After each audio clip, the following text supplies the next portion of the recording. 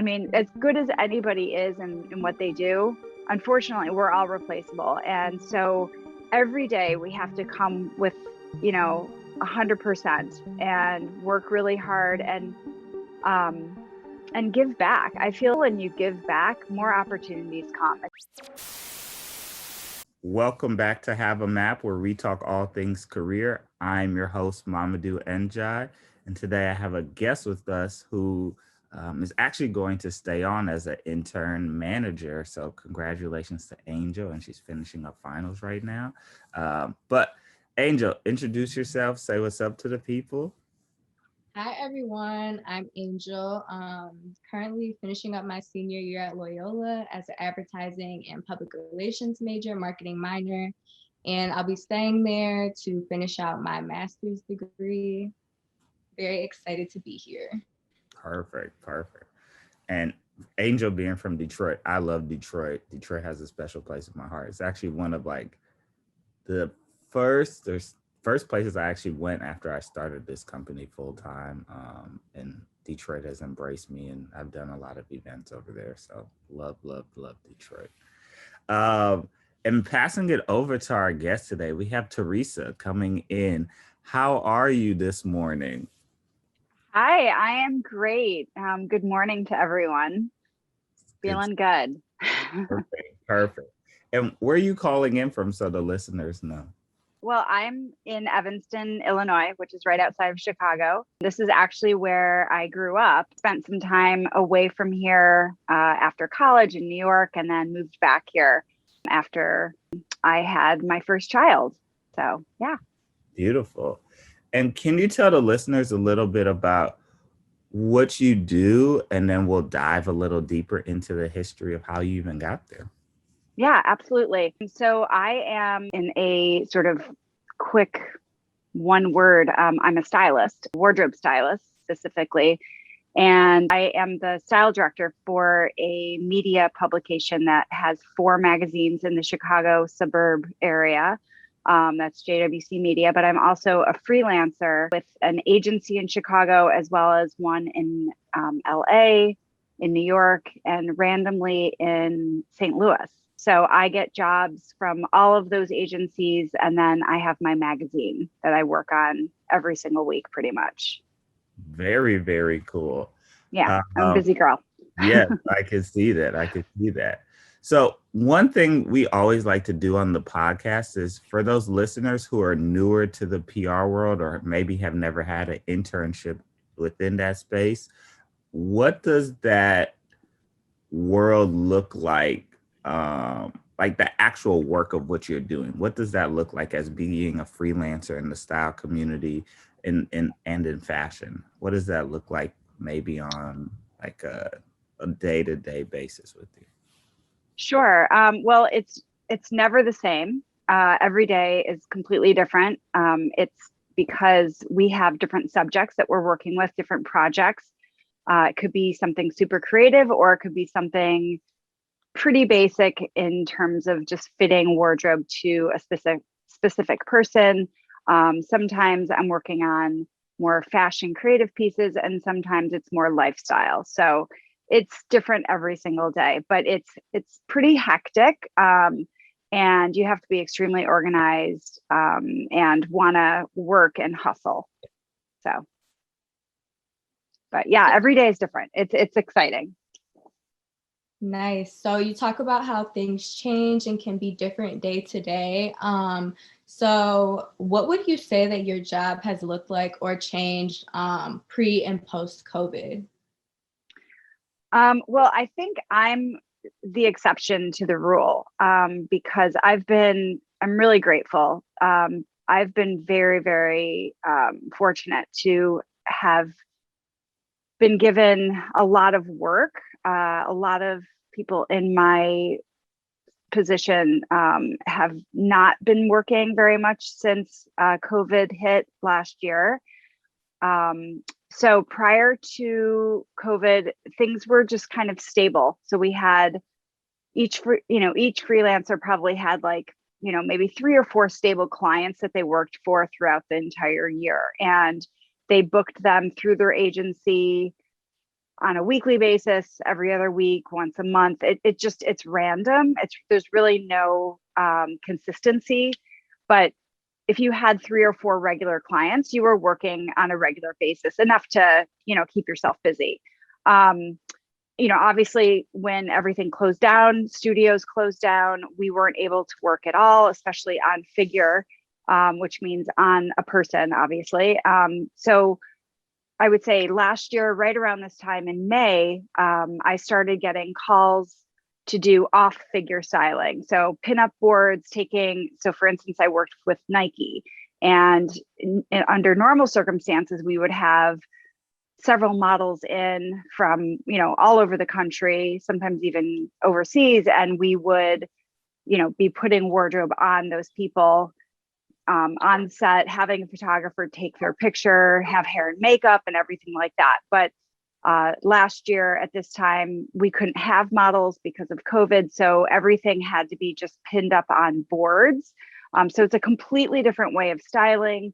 Sometimes we would use forms, or you could do lay downs. So it really transitioned strongly to that last spring. And that stayed pretty much like that for like the first 2 months after, the major part of COVID, when we were all in lockdown. And then over the summer, studios started opening up again, and we were able to work with some models and some people. But for the most part, it still didn't come back like it was.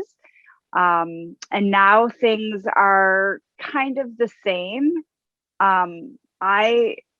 Like I said, and sort of the exception, I think, to the rule, where I've had a lot more opportunity to work with people and do some fashion editorials and things like that. But I would say we're still in recovery mode.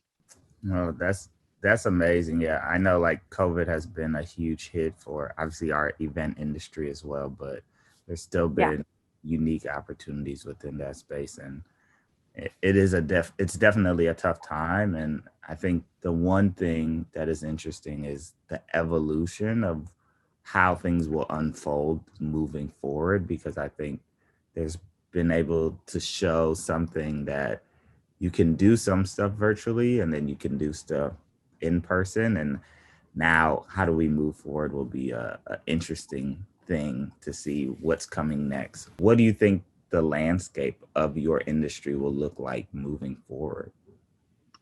So I think, one of the things I've had to do was to diversify and to challenge myself in ways that I had never before.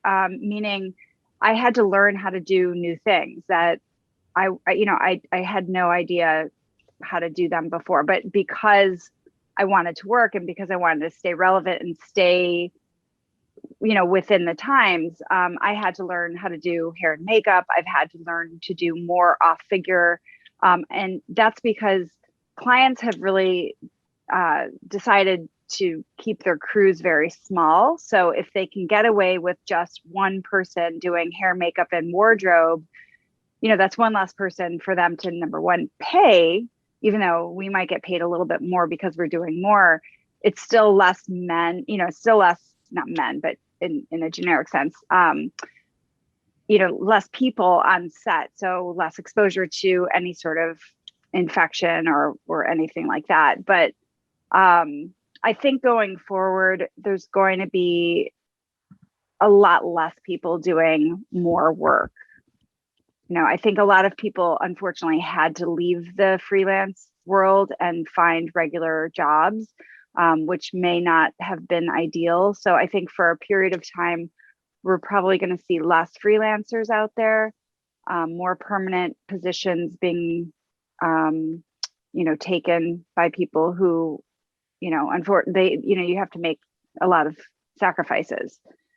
I think people are going to lose the ability to be creative, because when you're in a permanent position versus freelance, you're doing the same thing over and over again, which kind of stifles creativity.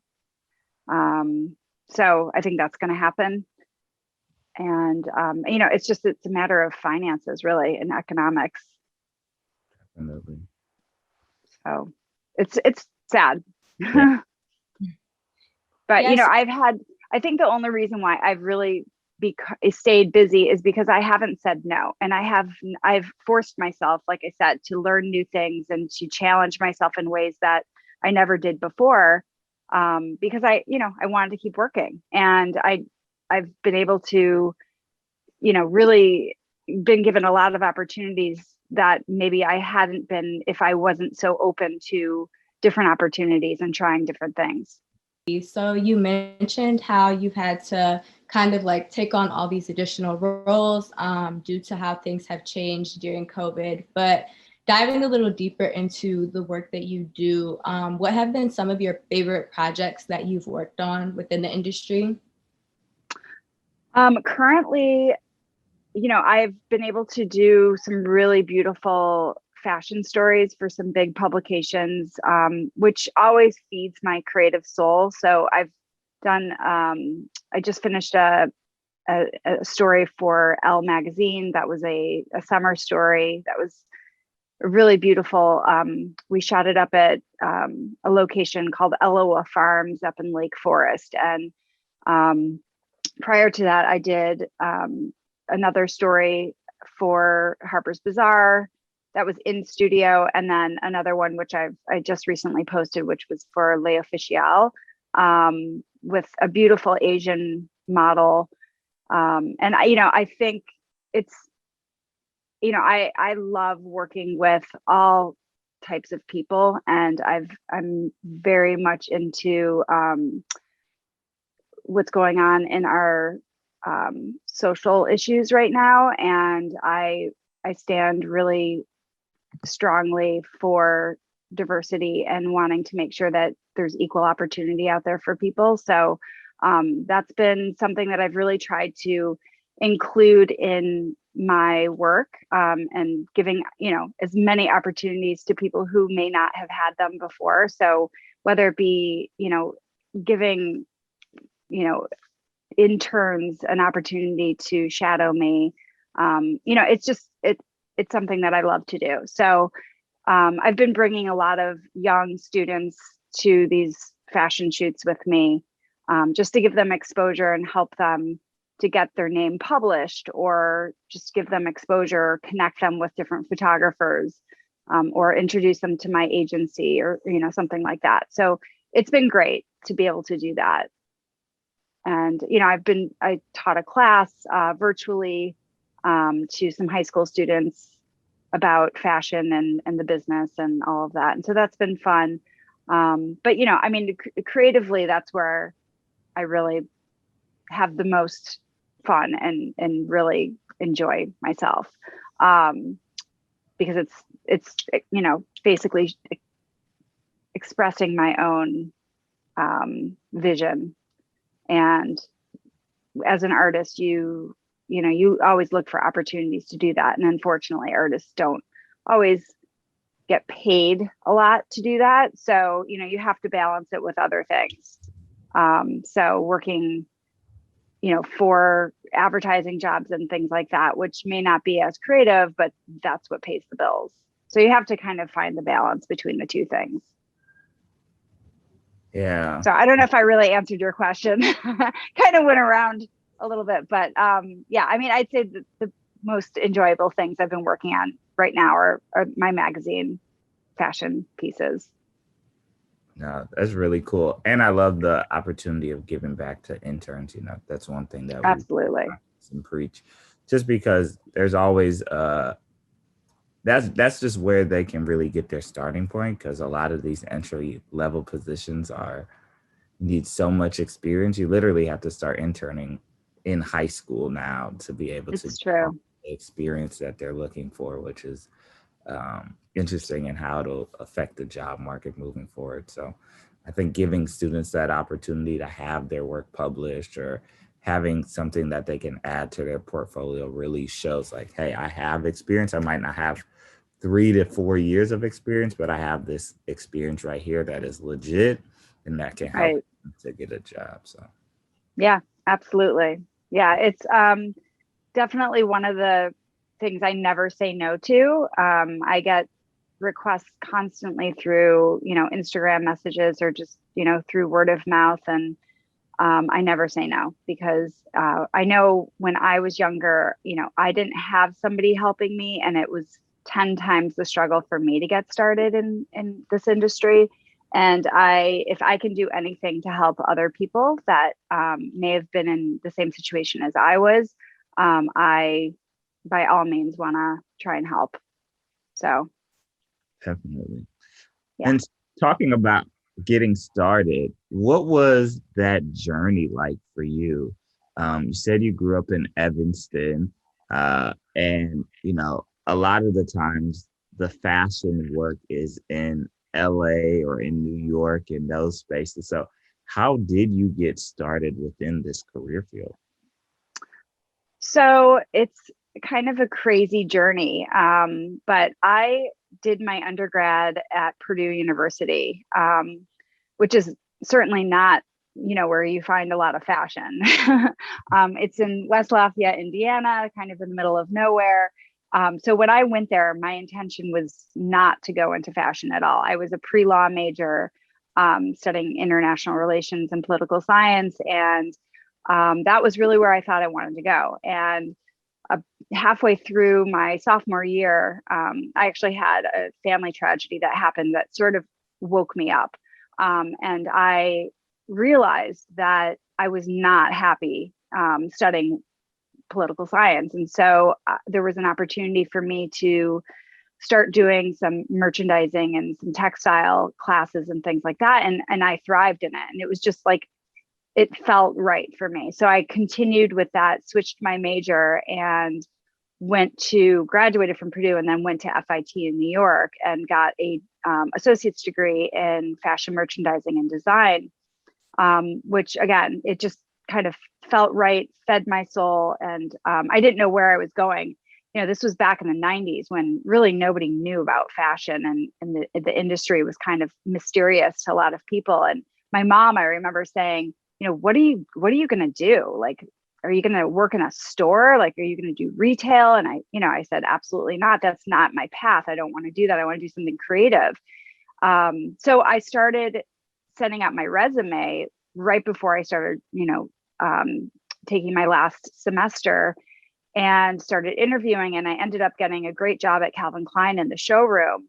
And I was working in the men's division, and really kind of, they threw me to the wolves. Like, I was way too young for the responsibilities that they gave me, but it was the greatest thing that could have ever happened to me, because I learned so much by taking on things that were challenging and maybe a little bit scary and outside of my comfort zone. But I really, really learned a lot. And I am grateful for that experience. I was exposed to, looking back, you realize things, but when you're in the moment, you kind of are just, it's like a sink or swim kind of situation. So when I look back at that time, I didn't, I realize now, wow, like who I was with, some of the biggest names. And, I saw Kate Moss walk her first runway show at Calvin Klein.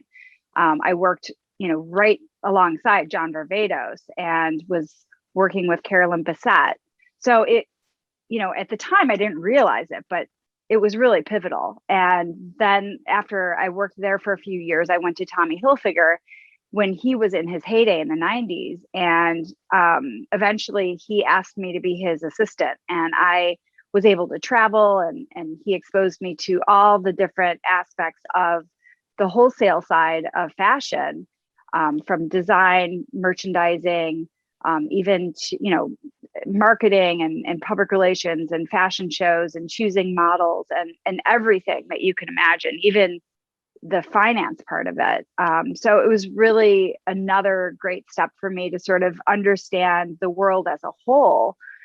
But I, ended up having, like I said, my first kid, and it's a very demanding career, especially in New York. It's such a fast-paced world there, and it was very hard to balance family and career. And so I decided to take some time off.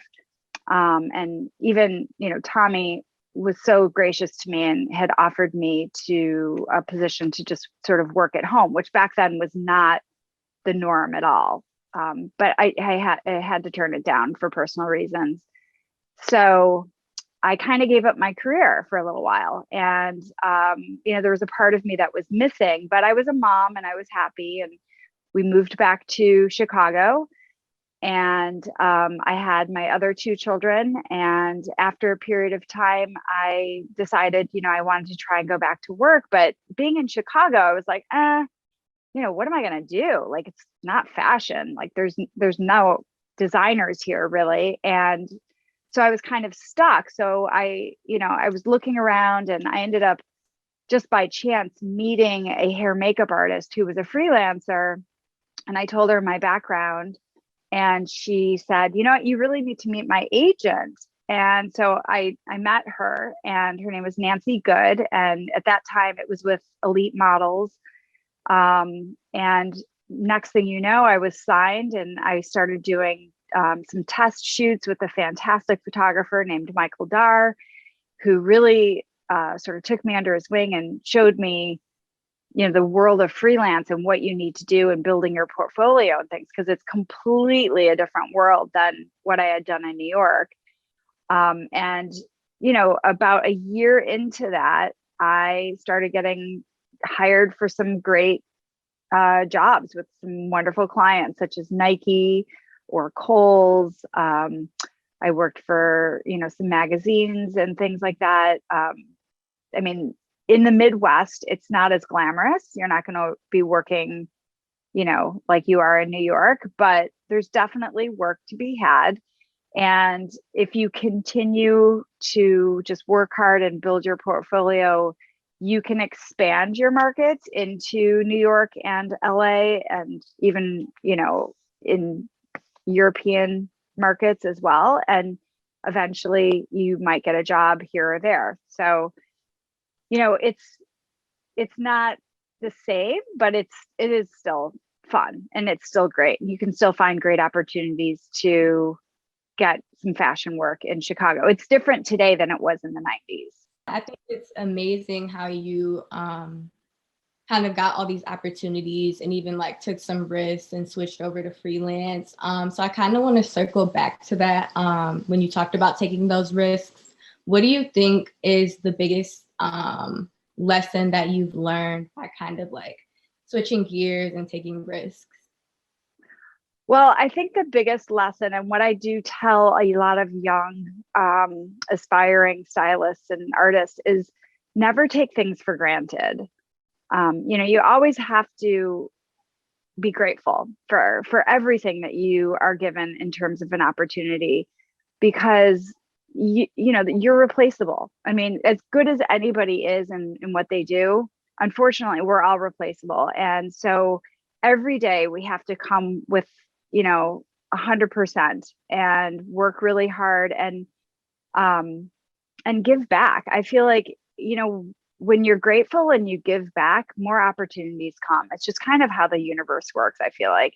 So, that might be a little, woo woo for people, but I do believe that that's part of why I've been as successful as I have, is because I'm grateful, but I also really, really work hard and I don't take things for granted. I did when I was younger and I made some mistakes and I lost some great clients because, I thought at certain times I was too good for things. And, I didn't need to work as hard anymore and I could, sort of take advantage of certain situations. And I lost. I ended up losing clients and I ended up, making regretful decisions. So I say to anybody out there, always stay humble and always be grateful and work hard. Great advice. One thing I'm curious to know, we always talk about this journey of self-care, and we always say it's a moving target that you're always constantly adjusting. I'm curious to know, like, New York self-care versus like self-care here. What have you learned within that journey, and what have been some things that might have stayed constant that have helped you to progress through your career journey? Gosh, self-care comes in so many different forms, right? So, I mean, when I was in New York, I was young. I was, I was in my 20s and early 30s. And so back then my priorities were more social. And they were, I loved going out to dinners. I loved to go out and socialize and go out for drinks and things like that. And I still do that, but just not to the same extent. But I always loved a good foot massage. So it's kind of a silly thing, but I mean, I still go and get my, reflexology foot massages. And that might sound kind of silly, but there's in Chinatown in New York, there was this place called Foot Heaven that all the models used to go to after runway shows and things like that, because your feet hurt. And I found out about it. It was this inexpensive way of sort of pampering yourself, and I loved it. And I still, to this day, it's now become sort of like a kind of popular thing. You see these places all over the place now. Reflexology is kind of like the hip thing to do, but that's always been something that I've treated myself to. I don't really do much in terms of like manicures or do any of that kind of stuff, but massages are things that I think really help me to recover from hard weeks and things like that, because being a stylist is a physical job, so you definitely have to take care of your body. And then I've always worked out. I've always been somebody that took good care of myself with health. So I was an athlete actually growing up, and kind of a tomboy, ironically. So I now am training. I'm almost done with my teacher training, but I'm going to be a yoga instructor. So that's just kind of another little add-on to my world. But I was a tomboy when I was younger and played sports with the boys and things like that. So it's one of those things that it's kind of a release for me to go out and, either throw a ball or, go for a run or do yoga. So that's the way I self-care. And then of course, like shopping. I mean, that's a no-brainer.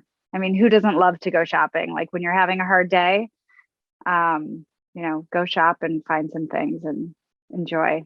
I relate. I definitely miss like being able running around the city and like shopping here in Chicago. I think for the first time, I was living out in New York a few months ago, and I was down by Madison Square Garden, and I forget what mall that was, but just seeing like the mall and like the displays and everything set up was like, oh my gosh, this is like the first time I've actually been in like a mall since COVID has hit. And I was just like, this is really cool.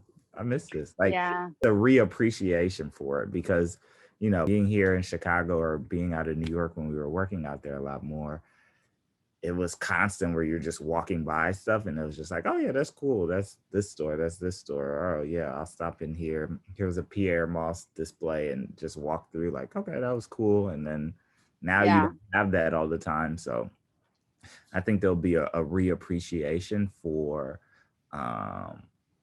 a lot of that, the normality of life. And I think absolutely. Yeah. I mean, I'm in the market all the time because I have to, get wardrobe for all the shoots that I do. So I haven't really taken a break from being in the stores, but I have noticed, the merchandise that's in there has dramatically changed in terms of, it has skewed now towards more, loungewear and things that people are going to wear at home versus things that are where you would go out to dinner or go out to a party or event or something. And I think people are going to get tired of that. They're going to get tired of wearing their sweatpants or, just dressing from the top up, which is what I'm doing right now, by the way, because it's 8 o'clock in the morning. But I think people from what I've heard when I'm working with, real people and doing lifestyle shoots, is everyone is dying to just get dressed up and put some makeup on and go out to dinner and enjoy life. So I think there is going to be a new appreciation for, going shopping and getting getting a new outfit or getting a new pair of shoes or a new bag or something, and going out and strutting your stuff, because we haven't had that for so long. And we're just on the verge of that happening again. So it's exciting. I feel like we've all kind of gotten into the mode of like online shopping because we have to be in the house and like being in our loungewear. So now like people are like dressing up to go grocery shopping and like simple things like that, just because we're like craving the need to like dress up and go out. So I definitely agree with you on that one. Yeah, it's hilarious to see people, at Target or like at the Jewel, and they are dressed up. I applaud them. I'm like, hey, I'm with you. Like any opportunity I have to like go in my closet and pull out a pair of leopard pants, I'm in it. Because we don't have that many opportunities to do that anymore. Going back to your career, I want to ask, if someone is interested in getting started in the fashion industry starting tomorrow, what type of advice would you give to that person? I would say find a photographer and there's so many people who are willing to model. They may not be signed with a great agency, but of all types of people. I think that's the new thing today also, is that you don't have to be a 6 foot tall beanpole to be a model. Like it's actually better if you're not. If you look at commercials today, actually you'll see it's so many real people are now in commercials and in ads, because that's the world we live in, and it's a great thing. So I would say, if you need to build a portfolio, you need to learn how to dress, and so many young stylists, I feel like, think that being a stylist means dressing somebody head to toe in designer, and that's not at all what it's about.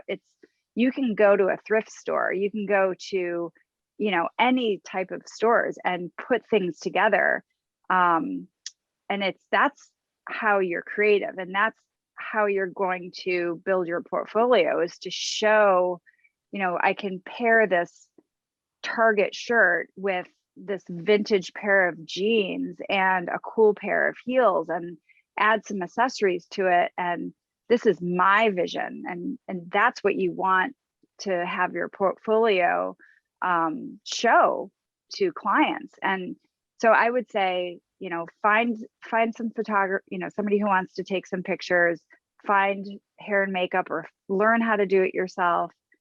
Go get some wardrobe, dress up your friend or whatever, and start building a portfolio. And then you go to an agency if you want to do freelance. There's so many great agencies out there that are, they have these programs where they'll take new artists and they'll really curate your how you work and help you along the way. That's what happened with me when I was a freelancer. And like I said, I ended up working with a fantastic photographer who really mentored me and taught me the freelance world. So, find somebody who's willing to help you, and don't say no. That's the thing. I have had so many interns or so many young people who've wanted to work alongside me, and I give them so many opportunities, and they'll say yes to the first 2 or 3, and then I won't hear from them again. And I don't know why. You got to stick with it and keep building and have tenacity, because that, if you really want to make it, you have to keep moving forward and working hard and keep challenging yourself and listen to advice. And I guess that's about it. That's great advice. Tenacity. That's one of the things we talked about in our networking experiences, like tenacity and making sure you're consistent with the work that you're doing, but then also following up with people, because Yep. that can be a whole nother thing that can take time when you're reaching out to people. So that is really, really important. And to my last question, this is our famous question we always ask everyone, is if you had to describe the last few days or the last week of your life and base it off of a song, an artist, or an album, which one would it be and why? And since you're the guest, you can decide to punt it to Angel if you would like to first, and then you can answer after. I'm not going to punt it, but there's not really, I don't think there's really one song. I would say, like, some sort of quintessential song about happiness or sunshine. I don't really think there's one song that would describe my life, but something that had to do with just being grateful and, maybe something just as simple as like, you are my sunshine or something, because, life is such a journey, and, there's rough times, and we have to find ways of getting through it. And the way I always have gotten through rough times is to find things to be grateful for. And so I would say, something along those lines. And I can't think of a specific song, but something inspirational, maybe James Taylor, something like that. I don't know. One of those old school artists that you guys probably don't even know. I listen to all kinds of music, by the way, but I would say I'd go with a classic. Okay, very cool. James Taylor, I like that. That's fun. Yeah. I'll just go since I'm already talking. You said grateful. It made me think of this gospel song called Grateful.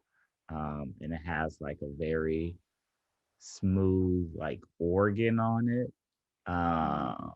And there's something about like a nice church gospel organ that I love, that just fills me up. Something in my soul just kind of tingles with that. So I love that. And yeah, and I am also very grateful for these last few months. I'm in a weird space with COVID where I don't love what had happened, but I do think the ability to evolve and like sit down, because I was a person who was like out of my house like 2 to 3 times out of the month. And I've been able to truly enjoy my space. And then my girlfriend lives in New York, so living in New York for a little bit, for the majority of last year, was great as well. So yeah, I'm grateful for those opportunities to grow closer to friends and family, and then evolve within like work and what that looks like, and grow our team and build our team with that as well. So really grateful for that. That's amazing.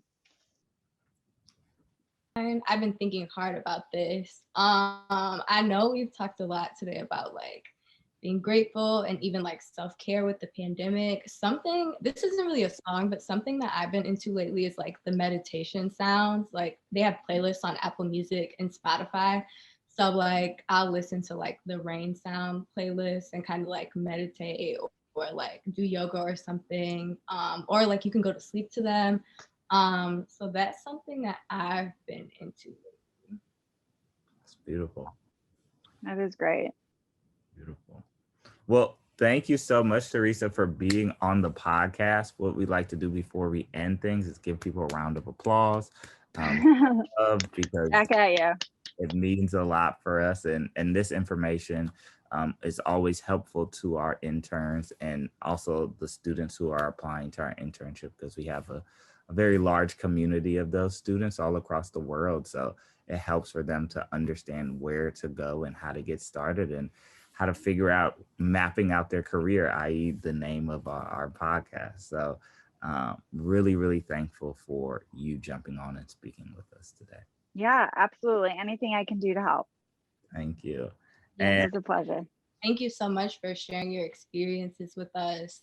Your story was just really inspiring. So thank you. We have a lot of gratitude for you. Thank you. Likewise. A lot of gratitude. And thank you to our listeners, whether this is your morning routine, afternoon routine, or the thing you do before you go to sleep. We appreciate you listening, and skirt, we're out.